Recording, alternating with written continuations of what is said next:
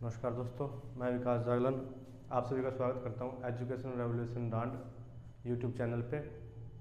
पिछली वीडियो में हमने प्रेजेंट टेंस को कंप्लीट कर लिया था बेटा, और मैंने आपको उसी दिन बोला था कि आपका जो फर्स्ट टेंस है, प्रेजेंट टेंस है, उसको मैंने आपको डिटेल से पढ़ा दिया है। बाकी जो टेंस आपके रहते हैं, जो पास्ट और फ्यूचर हैं, उनके सिर्फ रूल के बारे में हम बात करेंगे, फॉर्मेशन के बारे में हम बात करेंगे। बाद में आप प्रैक्टिस करना रूल्स के हिसाब से सेंटेंस वगैरह पे। तो एक छोटा सा पहले क्विक रीजन इसका प्रेजेंट का ले लेते हैं, उसके साथ साथ हम पास्ट और फ्यूचर करते रहेंगे। मैंने आपको बताया था कि प्रेजेंट इंडेफिनिट टेंस कि ऐसा टाइम जो प्रेजेंट में कोई काम हुआ है लेकिन उसके जो एग्जैक्ट टाइमिंग है हमें नहीं पता, लेकिन हमें ये पता है कि वो हमेशा प्रेजेंट में हो रहा है, वो आएगा हमारा इनडेफिनिट टेंस में, यानी कि सिंपल प्रेजेंट टेंस में। इसकी हेल्पिंग वर्ब बताई थी मैंने, डू और डज, और वर्ब फर्स्ट और एस या ई एस यूज़ करेंगे वर्ब फर्स्ट के साथ। कि जब हमारा जो सब्जेक्ट होगा अगर वो सिंगुलर होगा तो वर्ब फर्स्ट के साथ एस या ई एस यूज़ करेंगे हम। और अगर हमारा सब्जेक्ट है जो प्लूरल होगा, और प्लूरल में हम क्या करेंगे, सिंपली वर्ब फर्स्ट का यूज़ करेंगे। उसी तरह डू और डज में भी यही था कि अगर हमारा सब्जेक्ट सिंगुलर होगा तो डज यूज़ करेंगे, और अगर हमारा सब्जेक्ट प्लूरल होगा तो हम डू यूज़ करेंगे। ठीक है, इसकी दो तीन चीज़ें बताई थी मैंने कहाँ कहाँ यूज़ होगी। एक तो किसी की हैबिट है कोई चीज़, वहाँ पे यूनिवर्सल ट्रूथ है कोई एक काम जो डेली रेगुलरली हो रहा है उसके लिए। ठीक है, सेकंड अपना टेंस था present continuous tense. Present continuous tense के जिस टाइम हम बात कर रहे हैं उस टाइम जो काम हो रहा था वो प्रेजेंट कॉन्टिन्यूस के अंदर आएगा, चाहे हम उसे देख पा रहे हैं या नहीं देख पा रहे हैं, लेकिन वो काम उस टाइम चला हुआ होना चाहिए। इसके दो एग्जाम्पल भी दिए थे मैंने कि एक तो ये था कि यू आर स्टडिंग इंग्लिश, ये तो आप देख रहे हो, मैं भी देख रहा हूँ कि आप लोग पढ़ रहे हैं, मैं आपको पढ़ा रहा हूँ। ठीक है, एक था कि earth is moving around the sun, कि जो पृथ्वी है वो सूर्य के चारों ओर चक्कर लगा रही है, पृथ्वी के चारों ओर घूम रही है, सूर्य के चारों ओर घूम रही है। तो वो हम अपनी आंखों से देख नहीं पा रहे हैं, लेकिन है कॉन्टिन्यूस का वो भी। ठीक है, इसमें हमने कहा था इज, एम, आर और ये तीनों हेल्पिंग वर्ब होंगी। इज होएगा हमारा सिंगुलर के लिए, आर होएगा प्लूरल के लिए, और एम होएगा आई के लिए। वर्ब फर्स्ट और आई एन जी इसके साथ यूज किया जाएगा। थर्ड अपना टेंस था परफेक्ट, इसमें हमारी हेल्पिंग वर्ब थी हैज़ और हैव, यानी कि जो काम अभी अभी प्रेजेंट में कंप्लीट हुआ है, पूरा हो गया, उसके लिए हम यूज करेंगे प्रेजेंट परफेक्ट।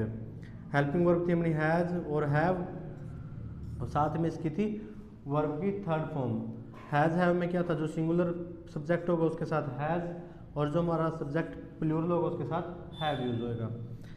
लास्ट था इसका पार्ट बेटे प्रेजेंट कॉन्टिन्यूस, क्योंकि कोई काम था जो एक लंबे समय तक चला था और अभी प्रेजेंट में आके कंप्लीट हो गया, उसके लिए present perfect continuous tense use करेंगे। हेल्पिंग वर्ब वही थी कि परफेक्ट को यूज दिखाने के लिए हैज़ और हैव यूज करेंगे, और कॉन्टिन्यूस को दिखाने के लिए वर्ब फर्स्ट और आई एन जी यूज करेंगे। रूल वही सेम ही है कि अगर सिंगुलर होगा तो has, been, verb first, I N G, time period अपना सिंस और फॉर के साथ, और अगर हमारा सब्जेक्ट प्लूरल होगा तो उसकी हैज़ की जगह हैव लग जाएगा। सिंस और फॉर के लिए मैंने बताया था कि अगर किसी काम की ड्यूरेशन दे रखी होगी, किसी काम की अवधि बता रखी होने कि 5 साल, 4 साल, 10 साल हुआ है, तो उसके लिए हम यूज़ करेंगे फॉर। और अगर किसी काम के शुरुआत होने की भी उस टाइम से वो शुरू हुआ था कि 2010 में शुरू हुआ, 1 जनवरी से सुबह शुरू हुआ, रात को शुरू हुआ, उसके लिए हम क्या यूज़ करेंगे, सिंस। कि अगर किसी की ड्यूरेशन है तो फॉर, और अगर किसी का स्टार्टिंग टाइम दिया हुआ तो सिंस। वैसे ही पास्ट टेंस की बात करेंगे बेटा। पास्ट टेंस में हमने हेल्पिंग वर्ब देखी है डिड, और वर्ब की जो फॉर्म यूज होगी वो होगी अपनी सेकंड। इसमें हमें कोई मतलब नहीं है कि सब्जेक्ट हमारा सिंगुलर है या प्लूरल है, सबके लिए सेम रूल चलेगा इसका कि वर्ब की फर्स्ट सेकंड फॉर्म यूज होगी। और ये जो डिड है, ये डिड भी बेटा डू की सेकंड फॉर्म है, डू, डिड, डन। ठीक है, तो डिड कौन सी फॉर्म है, सेकंड फॉर्म है। वही रूल यहाँ पे भी था कि यहाँ पे डू जो है वर्ब की फर्स्ट फॉर्म थी, और इसके साथ एस या ई एस लगाते हैं हम तो वो डज बन जाता है। सेम सिचुएशन यही है कि अगर यहाँ पे नीचे हम वर्ब की सेकंड फॉर्म यूज कर रहे हैं तो यहाँ भी सेकंड फॉर्म यूज होगी डिड।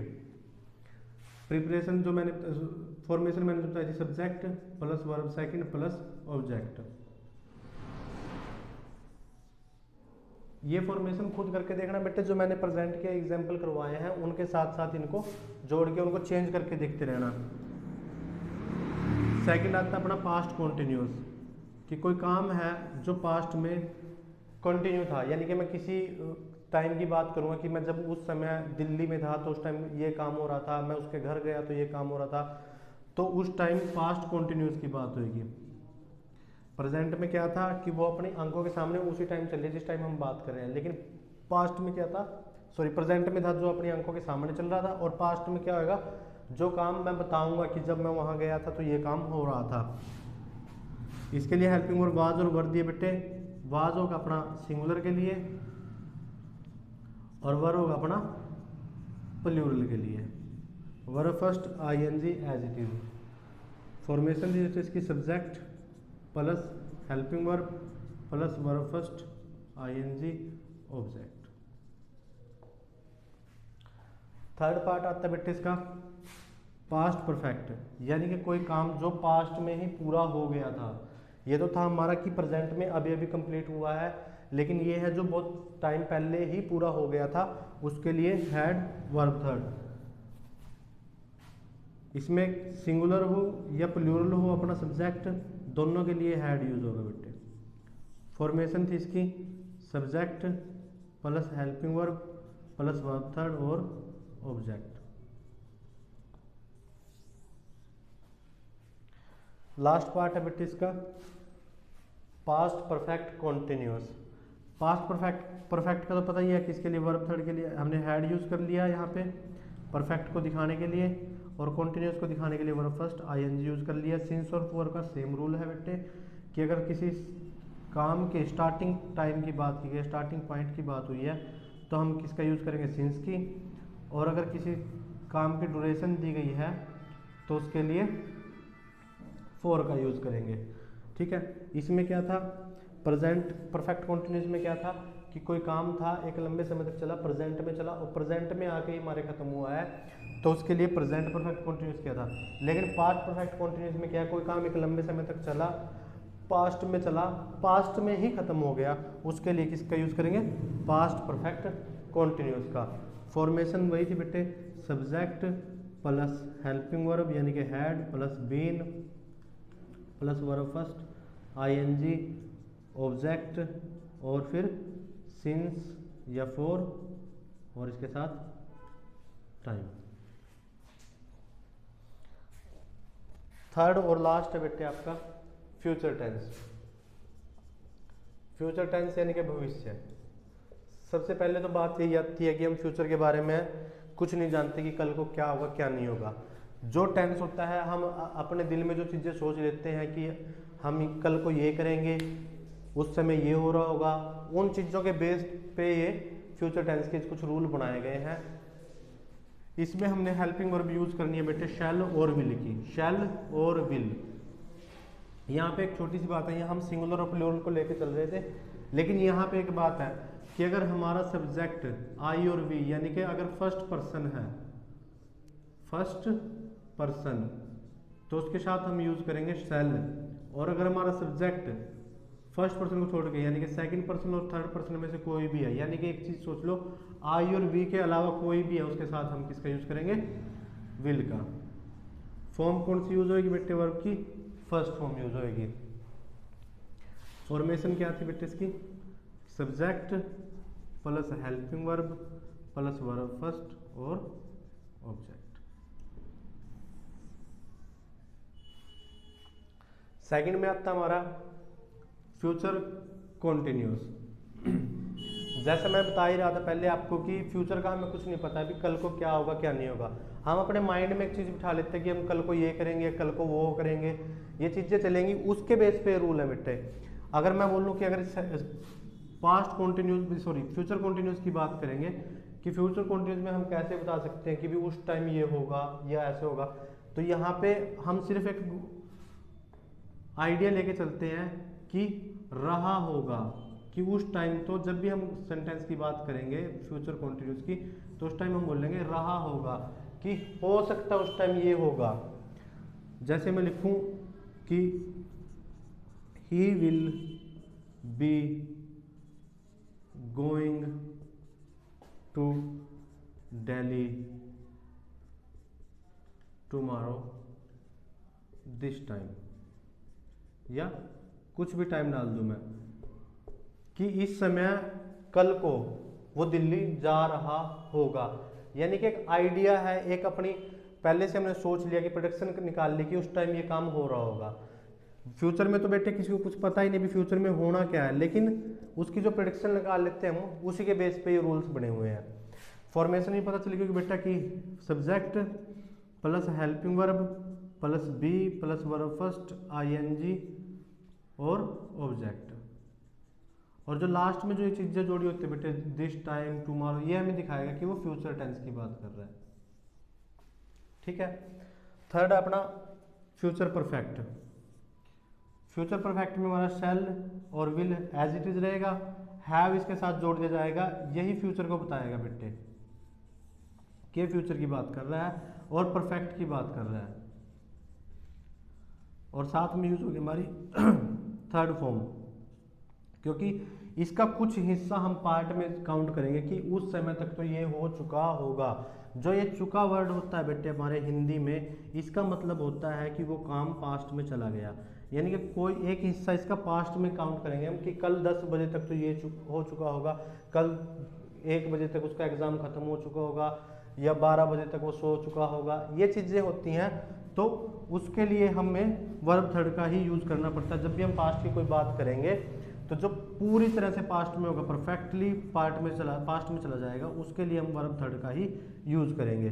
फॉर्मेशन देख लो बेटे इसकी, subject plus helping verb plus have plus verb third और ऑब्जेक्ट। लास्ट पार्ट है आपके टेंस का बिल्कुल, यहाँ शैल विल और हैव कहाँ से लिया, ये परफेक्ट से लिया है बेटे। शैल विल और हैव ये दोनों चीजें हमने कहाँ से ली हैं, परफेक्ट से। यह कहाँ से आ गया, कॉन्टिन्यूअस से, कॉन्टिन्यूअस से। उसमें पहले जो हमारे पास्ट और प्रेजेंट टेंस थे उसमें हमने यूज किया था सिंस और फॉर, यहाँ हम यूज करेंगे फॉर और फ्रॉम और साथ में टाइम पीरियड। इसका कहने का मतलब क्या है कि कोई काम एक लंबे समय से चल रहा है, चाहे पास्ट में स्टार्ट हुआ, प्रेजेंट में चला है और फ्यूचर में जाके कभी खत्म होगा। यहाँ भी एक छोटा सा सिर्फ ये सोचने की बात है कि कैसे पता चलेगा हमें, कि जैसे मैं बोल देता हूँ कि अगर मैं ये बोल लूँ कि मैं जैसे दिल्ली में रह रहा हूँ, कि मैं दिल्ली में रह रहा हूँ और इस फरवरी में मुझे 10 साल हो जाएंगे। अभी फरवरी आया नहीं है, लेकिन वो मैं प्रेडिक्शन लगा ली मैंने कि भी इस फरवरी तक अगर मैं यहाँ रहता हूँ तो मुझे पूरे 10 साल हो जाएंगे। तो बच्चों इसकी फॉर्मेशन देख लो, सब्जेक्ट प्लस शैल या will, have plus verb first been verb first ING object plus for या फ्रॉम प्लस टाइम। अब फॉर या फ्रॉम में ये भी समझ गए होंगे कि अगर फॉर है तो किसके लिए बात होगी, ड्यूरेशन के लिए, और फ्रॉम का मतलब क्या होगा, जब हम उसके स्टार्टिंग पॉइंट की बात करेंगे, जब हमारा स्टार्टिंग टाइम था। ये आपका टेंस का चैप्टर था बेटे, छोटा चैप्टर था, आज वो मेरी तरफ से कंप्लीट है। नेक्स्ट टाइम मैं कुछ आपको क्वेश्चन वगैरह भी दे दूंगा जहाँ से आप प्रैक्टिस कर सकोगे। तब तक के लिए आप इन पे जो मैंने पहले आपको एग्जाम्पल करवाए हुए हैं उन पे इनकी फॉर्मेशन बना के देखिए, इनको चेंज करके देखिए, इनको नेगेटिव पॉजिटिव इंटेरोगेटिव वगैरह में चेंज करके देखिए। तब तक के लिए जय हिंद जय भारत।